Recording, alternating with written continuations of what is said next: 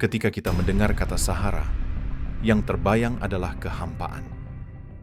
Hamparan pasir tanpa akhir, tempat mati, dan tempat yang seolah tidak seharusnya ada kehidupan. Namun kenyataannya, Sahara bukan wilayah kosong. Ia adalah sistem iklim aktif dan panggung ekstrim bagi tumbuhan, hewan, dan manusia yang berevolusi untuk bertahan. Dari adaptasi tanaman tanpa air hingga hewan yang hidup tanpa pernah minum, Sahara menunjukkan bahwa kehidupan tidak lenyap di bawah tekanan. Ironisnya, justru karena terlihat kosong, Sahara sering dianggap tidak penting. Padahal tanpa Sahara, berpengaruh terhadap kesuburan Amazon, bahkan keseimbangan ekosistem global, tidak akan pernah sama. Untuk memahami Sahara, kita harus terlebih dahulu menghancurkan satu mitos besar, bahwa gurun hanyalah padang pasir yang tandus.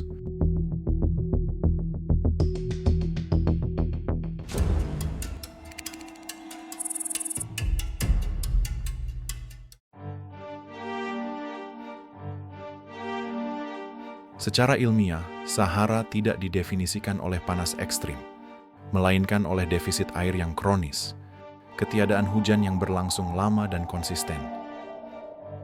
Sebagian besar wilayah Sahara hanya menerima sedikit sekali hujan. Dalam 1 tahun penuh, jumlah air yang turun, bahkan lebih sedikit dibanding banyak gurun lain di dunia.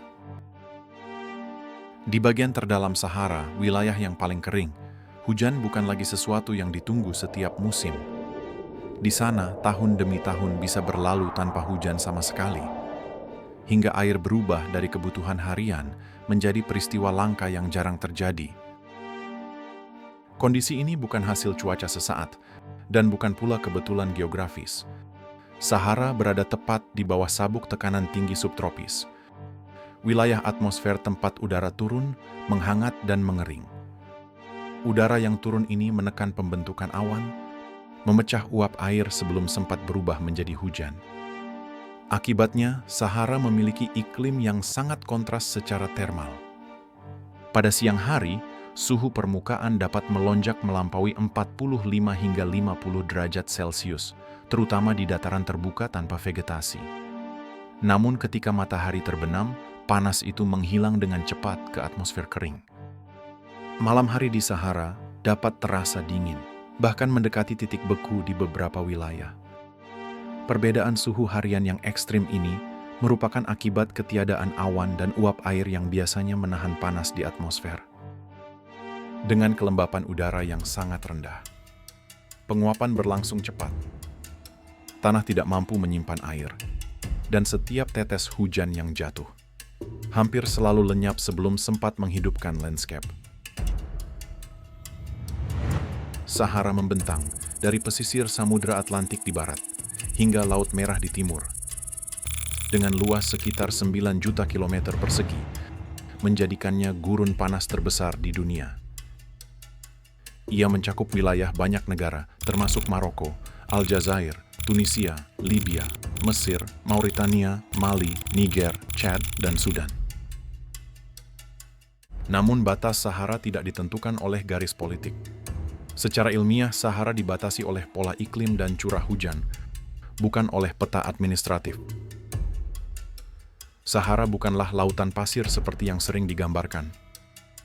Secara ilmiah, bentang alam Sahara terbagi ke dalam beberapa unit utama.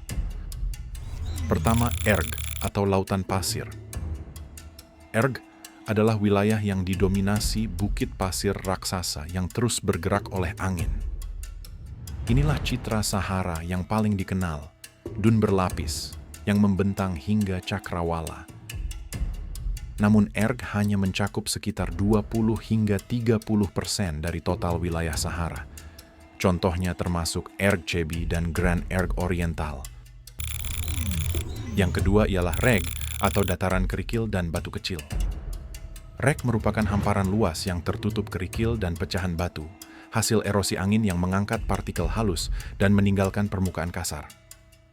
Wilayah ini sangat stabil, hampir tanpa vegetasi, dan mencakup porsi terbesar Sahara. Yang ketiga ialah hamada atau dataran batuan keras. Hamada adalah dataran batuan purba yang padat dan nyaris tanpa pasir. Permukaannya keras, retak, dan seringkali berwarna gelap. Banyak wilayah Hamada tersusun dari batuan berusia ratusan juta hingga miliaran tahun, menjadikannya salah satu landscape daratan tertua di bumi. Yang keempat ialah pegunungan gurun.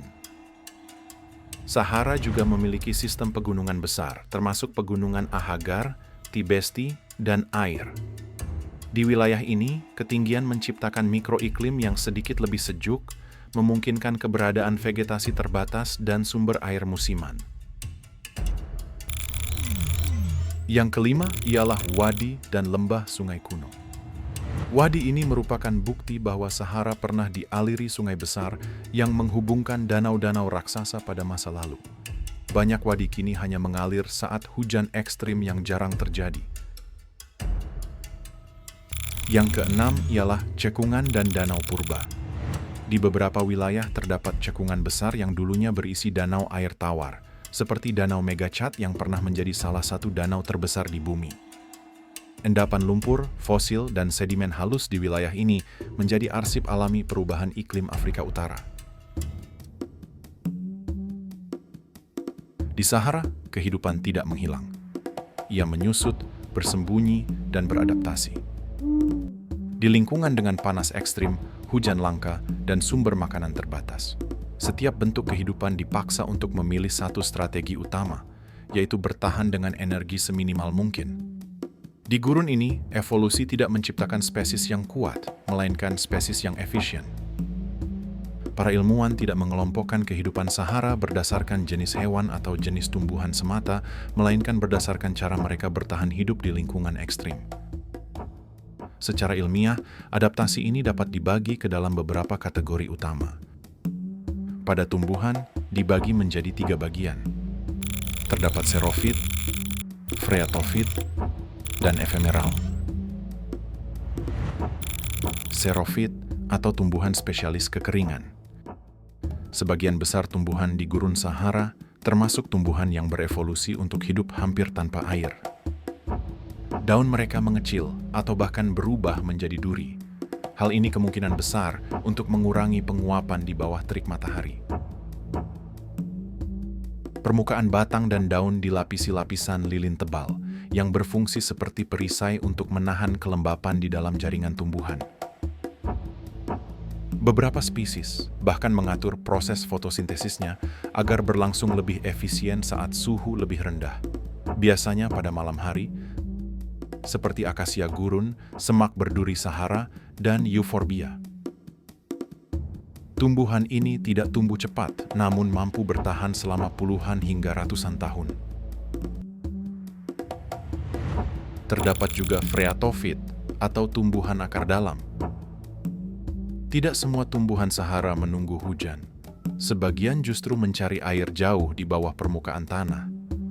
Kelompok ini dikenal sebagai phreatophyte, tumbuhan yang bertahan hidup dengan mengakses air tanah dalam, bukan air hujan yang cepat menguap di bawah panas gurun. Ciri utama phreatophyte terletak pada sistem akar yang luar biasa panjang. Akar ini menembus lapisan tanah dan batu hingga mencapai akuifer purba yang terbentuk ribuan tahun lalu. Contoh kelompok phreatophyte khas Sahara antara lain: pohon kurma, yang menjadi penopang utama kehidupan oasis dan pertanian gurun. Pohon tamariska, yang toleran terhadap tanah asin dan kekeringan ekstrim. Keberadaan tumbuhan ini bukan sekedar elemen landscape. Tanpa phreatophyte, banyak oasis tidak akan pernah terbentuk, dan rantai kehidupan di sekitarnya tidak akan mampu bertahan. Selanjutnya, ephemeral atau tumbuhan sementara. Di gurun Sahara, sebagian tumbuhan tidak bertahan dengan kekuatan, melainkan dengan ketepatan waktu. Kelompok ini dikenal sebagai ephemeral, yaitu tumbuhan gurun berumur sangat pendek, yang menghabiskan hampir seluruh hidupnya sebagai benih dorman di dalam tanah. Benih-benih ini dapat tertidur selama bertahun-tahun, menunggu satu peristiwa langka, yakni hujan. Ketika hujan akhirnya turun, ephemeral bereaksi dengan kecepatan luar biasa. Mereka berkecambah, berbunga, dan menghasilkan biji hanya dalam hitungan minggu sebelum air menguap dan tanah kembali kering. Contoh tumbuhan efemeral antara lain, seperti Rose of Jericho yang tampak mati saat kering, namun hidup kembali ketika terkena air. Ada juga Schismus arabicus, rumput gurun berumur sangat pendek, dan Tribulus terrestris, tanaman berbunga kecil yang cepat berbiji setelah hujan. Setelah siklus singkat itu berakhir, tumbuhan dewasa mati, namun meninggalkan benih baru yang siap menunggu hujan berikutnya, entah bulan depan atau bertahun-tahun kemudian. Para ilmuwan memandang strategi ini bukan sebagai ketahanan jangka panjang, melainkan adaptasi berbasis peluang. Pada hewan, dibagi menjadi beberapa bagian: nocturnal fauna, burrowing species, desert endotherms, dan metabolic water specialists. Yang pertama, nocturnal fauna atau hewan nokturnal. Sebagian besar hewan Sahara, termasuk fauna nokturnal, spesies yang berevolusi untuk aktif pada malam hari demi menghindari panas ekstrim dan kehilangan cairan tubuh. Aktivitas malam hari ini bukan kebetulan, ia adalah strategi termal yang telah disempurnakan selama ribuan tahun. Rubah Fennec adalah salah satu contoh paling jelas dari strategi ini. Sebagai predator nokturnal, Fennec menghabiskan siang hari di dalam liang pasir yang terlindung dari panas matahari. Baru setelah matahari terbenam, ia keluar untuk berburu. Tubuhnya kecil dan ringan, memungkinkan pergerakan cepat di permukaan pasir tanpa menyerap panas berlebih. Namun ciri paling mencolok dari rubah Fennec adalah telinganya yang luar biasa besar. Telinga ini bukan sekadar penanda visual. Ia berfungsi sebagai alat pengatur suhu tubuh, membantu melepaskan panas berlebih, sekaligus sebagai sensor pendengaran yang sangat sensitif. Pada malam hari, Fennec berburu serangga, tikus kecil, dan kadal. Ia mengandalkan pendengaran untuk menangkap suara paling halus dari mangsa yang bergerak di bawah pasir. Bahkan dalam kegelapan, Fennec mampu menentukan lokasi mangsa hanya dari getaran kecil di permukaan gurun. Bulu tebal yang menyelimuti tubuhnya memberikan perlindungan ganda. Ia memantulkan panas di siang hari dan berfungsi sebagai isolasi ketika suhu Sahara turun drastis menjelang dini hari. Saat fajar mulai menyingsing, aktivitas rubah Fennec berakhir. Ia kembali menghilang ke dalam liang pasirnya, menghindari panas siang dan mempertahankan kelembapan tubuh. Yang kedua, kelompok burrowing species atau hewan penggali. Di gurun Sahara, bertahan hidup seringkali berarti menghilang dari permukaan. Ketika panas siang hari mencapai tingkat ekstrim, banyak hewan memilih satu strategi utama: mengubur diri di bawah pasir atau tanah. Dalam ilmu biologi, perilaku ini dikenal sebagai behavioral thermoregulation. Cara mengatur suhu tubuh melalui perilaku, bukan melalui perubahan fisiologis. Ular pasir adalah salah satu predator penggali paling efisien di Sahara. Alih-alih bergerak di permukaan yang panas, ia menghabiskan sebagian besar waktunya di bawah lapisan pasir. Dengan tubuh ramping dan lentur, ular pasir mampu berenang di pasir halus. Gerakannya hampir tidak meninggalkan jejak, memungkinkannya bersembunyi dari predator sekaligus menghindari panas ekstrim. Sisik ular pasir halus dan tersusun rapat, mengurangi gesekan saat bergerak di bawah pasir. Di sana suhu jauh lebih stabil dan kehilangan air dapat ditekan seminimal mungkin. Ketika malam tiba dan gurun mulai mendingin, ular pasir muncul ke permukaan. Ia berburu tikus kecil, kadal, dan serangga nokturnal dengan mengandalkan getaran dan panas tubuh mangsa. Di Sahara, ular pasir bukan pemburu cepat. Ia adalah predator penyabar, menunggu, menyatu dengan pasir, dan menyerang pada saat yang tepat. Seperti ular pasir, banyak kadal Sahara bertahan hidup dengan menjadi hewan penggali. Bagi kadal gurun, pasir bukan rintangan, melainkan perlindungan. Pada siang hari, kadal gurun mengubur diri di bawah permukaan pasir atau bersembunyi di celah batu, menghindari panas matahari yang mematikan. Tubuh mereka pipih dan ringan dengan sisik halus yang memudahkan pergerakan di pasir. Beberapa spesies bahkan mampu mengubah warna tubuhnya agar menyatu dengan landscape sekitarnya. Saat suhu turun pada sore dan malam hari, kadal gurun kembali aktif. Mereka berburu serangga, laba-laba, dan organisme kecil lain yang muncul ketika panas mereda. Berbeda dengan ular, kadal gurun sering terlihat berjemur singkat pada pagi hari, memanfaatkan sinar matahari awal untuk mengatur suhu tubuh sebelum kembali berlindung. Arthropoda juga hidup di sini, salah satunya kalajengking gurun, yang menghabiskan siang hari di dalam liang dangkal atau celah batu. Ruang sempit ini berfungsi sebagai perlindungan utama, menghindarkan tubuh mereka dari panas langsung dan penguapan berlebih. Meskipun tubuhnya kecil, kalajengking dilengkapi sistem sensor getaran yang sangat peka. Kaki dan rambut halus di tubuhnya mampu mendeteksi pergerakan mangsa bahkan dari jarak jauh. Saat malam tiba dan suhu mulai turun, kalajengking keluar dari persembunyian. Dalam kegelapan, ia berburu serangga kecil dan arthropoda lain, mengandalkan kepekaan sensorik bukan kecepatan. Serangga gurun menunjukkan strategi serupa. Banyak spesies menggali liang yang berfungsi sebagai ruang mikroiklim. Tempat suhu dan kelembapan jauh lebih stabil dibandingkan permukaan gurun. Di dalam liang ini, serangga dapat beristirahat, berkembang biak, dan menyimpan energi tanpa kehilangan cairan berlebihan. Yang ketiga ialah kelompok hewan desert endotherms atau hewan berdarah panas adaptif. Kelompok ini adalah hewan berdarah panas yang memiliki adaptasi fisiologis khusus untuk hidup di lingkungan kering dan panas ekstrim. Di gurun Sahara, tidak ada hewan yang lebih identik dengan landscape pasir selain unta. Namun adaptasi unta sering disalahpahami. Punuk unta bukan tempat menyimpan air. Ia adalah cadangan lemak, sumber energi yang dapat diubah tubuh menjadi air metabolik saat makanan dan minuman langka. Tidak hanya itu, keunggulan utama unta terletak pada pengaturan suhu tubuhnya.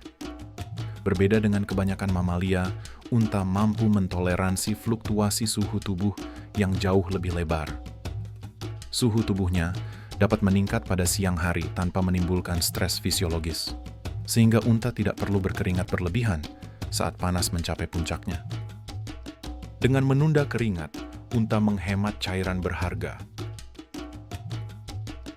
Ketika akhirnya berkeringat, proses penguapan terjadi dengan sangat efisien, meminimalkan kehilangan air bahkan di lingkungan yang sangat kering.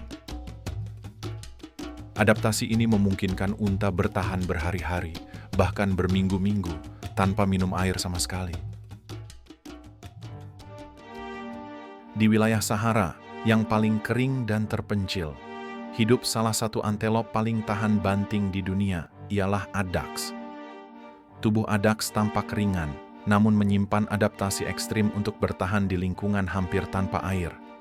Bulu berwarna pucat memantulkan panas matahari, sementara kaki panjang dan ramping membantu pelepasan panas saat bergerak. Adaks mengatur hidupnya mengikuti suhu. Ia aktif terutama pada pagi dan sore hari, saat panas belum mencapai puncaknya.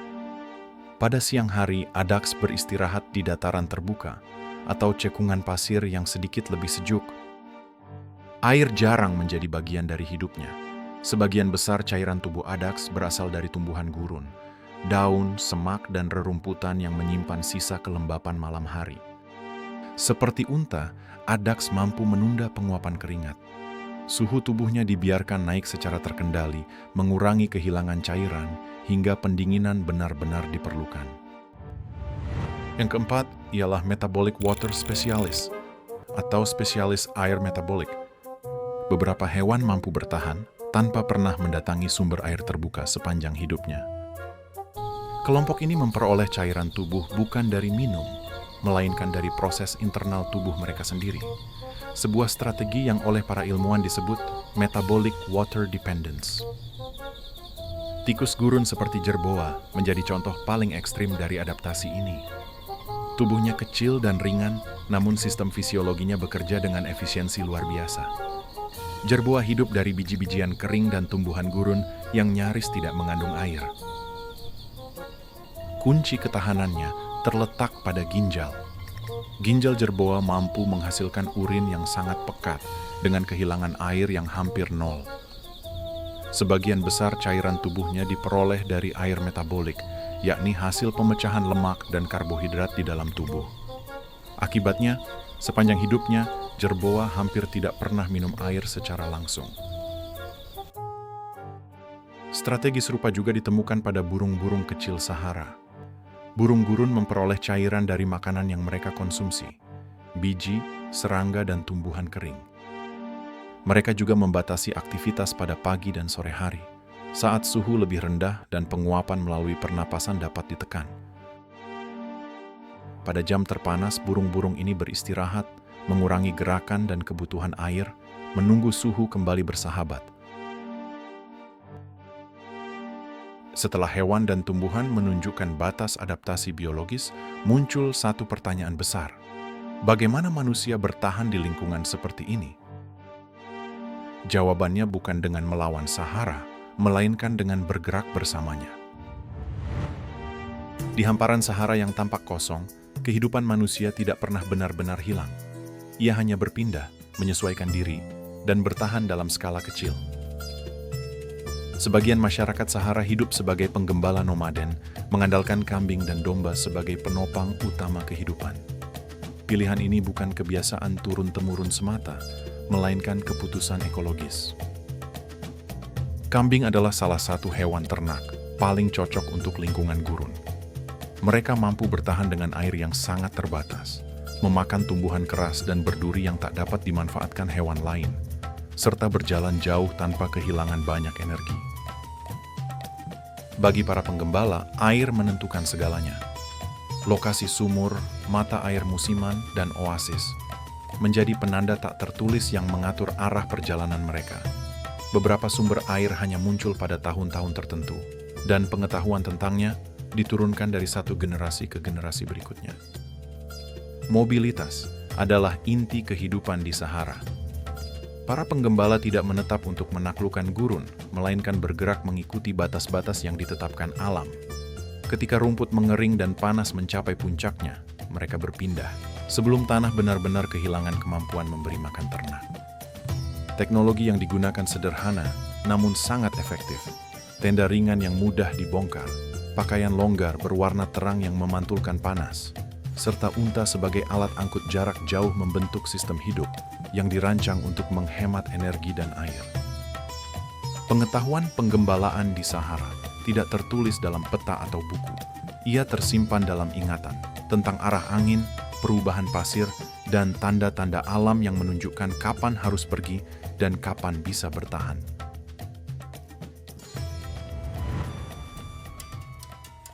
Sahara tidak selalu seperti sekarang. Sekitar 10.000 hingga 5.000 tahun yang lalu, Afrika Utara mengalami periode yang dikenal sebagai African Humid Period. Saat itu, monsun Afrika bergeser ke utara, danau-danau raksasa terbentuk, padang rumput, hutan ringan, dan satwa besar berkembang. Gajah, kuda Nil, dan jerapah pernah hidup di wilayah yang kini tandus.